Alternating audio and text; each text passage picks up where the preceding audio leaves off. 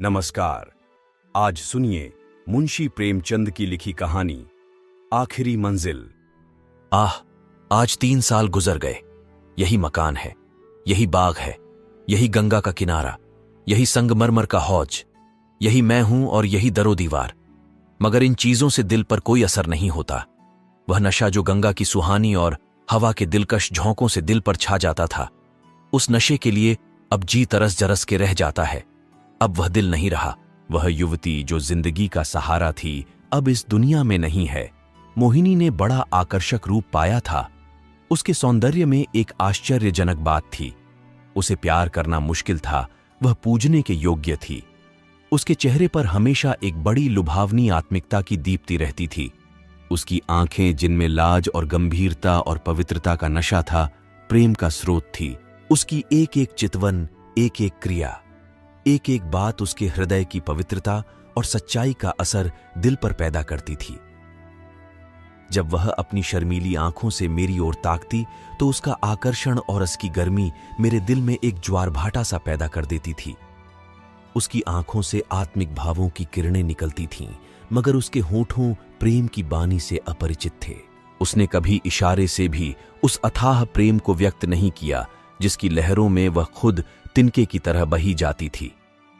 उसके प्रेम की कोई सीमा न थी। वह प्रेम जिसका लक्ष्य मिलन है, प्रेम नहीं वासना है। मोहिनी का प्रेम वह प्रेम था जो मिलने में भी वियोग के मजे लेता है। मुझे खूब याद है एक बार जब उसी हौज के किनारे चौंदनी रात में मेरी प्रेम भरी बातों, मिलन प्रेम का आदि है, अंत नहीं। प्रेम की समस्या पर इससे ज्यादा क्षणदार, इससे ज्यादा ऊंचा ख्याल कभी मेरी नजर में नहीं गुजरा। वह प्रेम जो चितावनों से पैदा होता है और वियोग में भी हरा भरा रहता है, वह वासना के एक झोंके को भी बर्दाश्त नहीं कर सकता। संभव है कि यह मेरी आत्मस्तुति हो, मगर वह प्रेम जो मेरी कमजोरियों के बावजूद मोहिनी को मुझसे था, उसका एक कतरा भी मुझे बेसुध करने के लिए काफी था। मेरा हृदय इतना विशाल ही न था। मुझे आश्चर्य होता था कि मुझमें वह कौन सा गुण था जिसने मोहिनी को मेरे प्रति प्रेम से विह्वल कर दिया था। सौंदर्य, आचरण की पवित्रता, मर्दानगी का जौहर, यही वह गुण हैं जिन पर मोहब्बत निछावर होती है, मगर मैं इनमें से एक पर भी गर्व नहीं कर सकता था। शायद मेरी कमजोरियों ही उस प्रेम की तड़प का कारण थीं। मोहिनी में वह अदाएं न थीं जिन पर रंगीली तबीयतें फिदा हो जाया करती हैं। तिरछी चितवन, रूप गर्व की मस्ती भरी हुई आंखें, दिल को मोह लेने वाली मुस्कुराहट, चंचल वाणी, उनमें से कोई चीज यहों न थी। मगर जिस तरह चौंत की मध्यम सुहानी रोशनी में कभी कभी फुहारें पड़ने लगती हैं, उसी तरह निश्चल प्रेम में उसके चेहरे पर एक मुस्कुराहट कौंध जाती और आंखें नम हो जाती। यह अदा न थी, सच्चे भावों की तस्वीर थी जो मेरे हृदय में पवित्र प्रेम की खलबली पैदा कर देती थी। शाम का वक्त था, दिन और रात गले मिल रहे थे। आसमान पर मतवाली घटाएं छाई हुई थीं और मैं मोहिनी के साथ उसी हौज के किनारे बैठा हुआ था। ठंडी ठंडी बयार और मस्त घटाएं हृदय के किसी कोने में सोते हुए प्रेम के भाव को जगा दिया करती हैं। वह मतवालापन जो उस वक्त हमारे दिलों पर छाया हुआ था, उस पर मैं हजारों होशमंदियों को कुर्बान कर सकता हूं। ऐसा मालूम होता था कि उस मस्ती के आलम में हमारे दिल बेताब होकर आंखों से टपक पड़ेंगे। आज मोहिनी की जबान भी संयम की बेड़ियों से मुक्त हो गई थी और उसकी प्रेम में डूबी हुई बातों से मेरी आत्मा को जीवन मिल रहा था। एकाएक मोहिनी ने चौंक कर गंगा की तरफ देखा। हमारे दिलों की तरह उस वक्त गंगा भी उमड़ी हुई थी। पानी की उस उद्विग्न उठती गिरती सतह पर एक दिया बहता हुआ चला जाता था और उसका चमकता हुआ अक्स थिरकता और नाचता एक पुछल तारे की तरह पानी को आलोकित कर रहा था। आह, उस नन्ही सी जान की क्या बिसात थी। कागज के चंद पुर्जे, बांस की चंद तीलियां, मिट्टी का एक दिया कि जैसे किसी की अतृप्त लालसाओं की समाधि थी जिस पर किसी दुख बंटाने वाले ने तरस खाकर एक दिया जला दिया था। मगर वह नन्ही सी जान जिसके अस्तित्व का कोई ठिकाना न था, उस अथाह सागर में उछलती हुई लहरों से टकराती, भंवरों से हिलकोरें खाती, शोर करती हुई लहरों को रौंदती चली जाती थी। शायद जल देवियों ने उसकी निर्बलता पर तरस खाकर उसे अपने आंचलों में छुपा लिया था। जब तक वह दिया झिलमिलाता और टिमटिमाता, हमदर्द लहरों से झकोरे लेता दिखाई दिया। मोहिनी टकटकी लगाए खोई सी उसकी तरफ ताकती रही। जब वह आंख से ओझल हो गया तो वह बेचैनी से उठ खड़ी हुई और बोली, मैं किनारे पर जाकर उस दिए को देखूंगी। जिस तरह हलवाई की मनभावन पुकार सुनकर बच्चा घर से बाहर निकल पड़ता है और चाव भरी आंखों से देखता और अधीर आवाजों से पुकारता उस नेमत के थाल की तरफ दौड़ता है, उसी जोश और चाव के साथ मोहिनी नदी के किनारे चली। बाग से नदी तक सीढ़ियों बनी हुई थीं।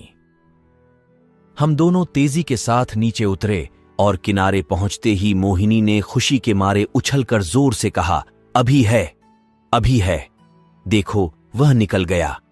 वह बच्चों का सा उत्साह और उद्विग्न अधीरता जो मोहिनी के चेहरे पर उस समय थी, मुझे कभी न भूलेगी। मेरे दिल में सवाल पैदा हुआ, उस दिए से ऐसा हार्दिक संबंध, ऐसी विह्वलता क्यों? मुझ जैसा कवित्व शून्य व्यक्ति उस पहेली को जरा भी न बूझ सका। मेरे हृदय में आशंकाएं पैदा हुईं। अंधेरी रात है, घटाएं उमड़ी हुईं, नदी बाढ़ पर, हवा तेज, यह इस वक्त ठहरना ठीक नहीं।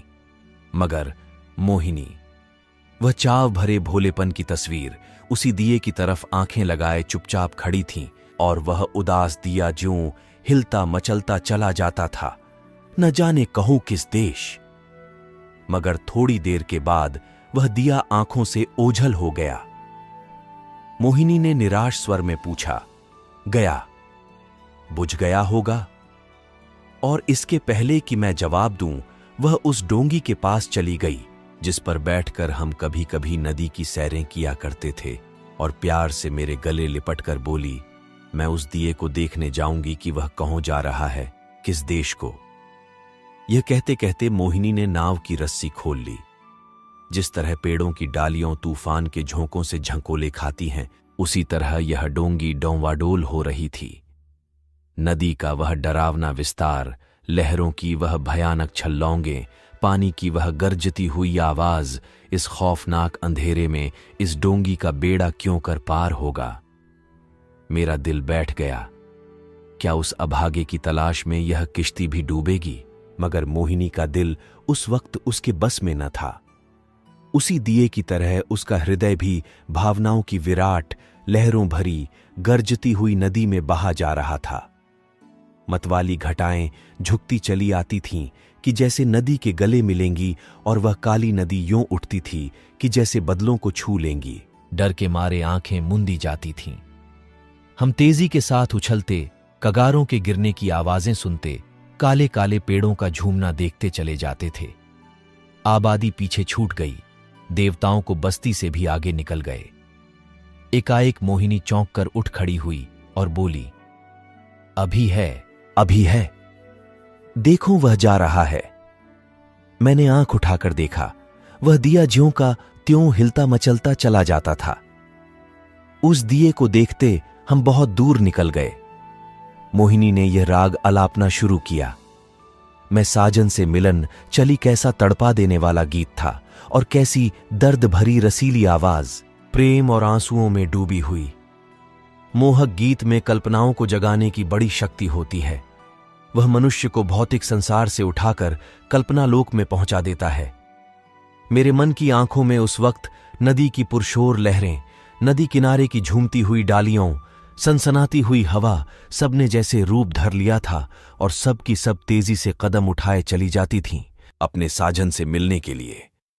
उत्कंठा और प्रेम से झूमती हुई ऐ युवती की धुंधली सपने जैसी तस्वीर हवा में, लहरों में और पेड़ों के झुरमुट में चली जाती दिखाई देती और कहती थी, साजन से मिलने के लिए। इस गीत ने सारे दृश्य पर उत्कंठा का जादू फूंक दिया। मैं साजन से मिलन चली साजन, बसत कौन सी नगरी में, बौरी न जानू ना मोहे आस मिलन की, उससे ऐसी प्रीत भली मई साजन से मिलन। चली मोहिनी खामोश हुई तो चारों तरफ सन्नाटा छाया हुआ था, और उस सन्नाटे में एक बहुत मध्यम रसीला स्वप्निल स्वर क्षितिज के उस पार से, या नदी के नीचे से, या हवा के झोंकों के साथ आता हुआ मन के कानों को सुनाई देता था। मैं साजन से मिलन चली मैं इस गीत से इतना प्रभावित हुआ कि जरा देर के लिए मुझे ख्याल न रहा कि कहूं हूं और कहूं जा रहा हूं। दिल और दिमाग में वही राग गूंज रहा था। अचानक मोहिनी ने कहा, उस दिए को देखो। मैंने दिए की तरफ देखा। उसकी रोशनी मंद हो गई थी और आयु की पूंजी खत्म हो चली थी।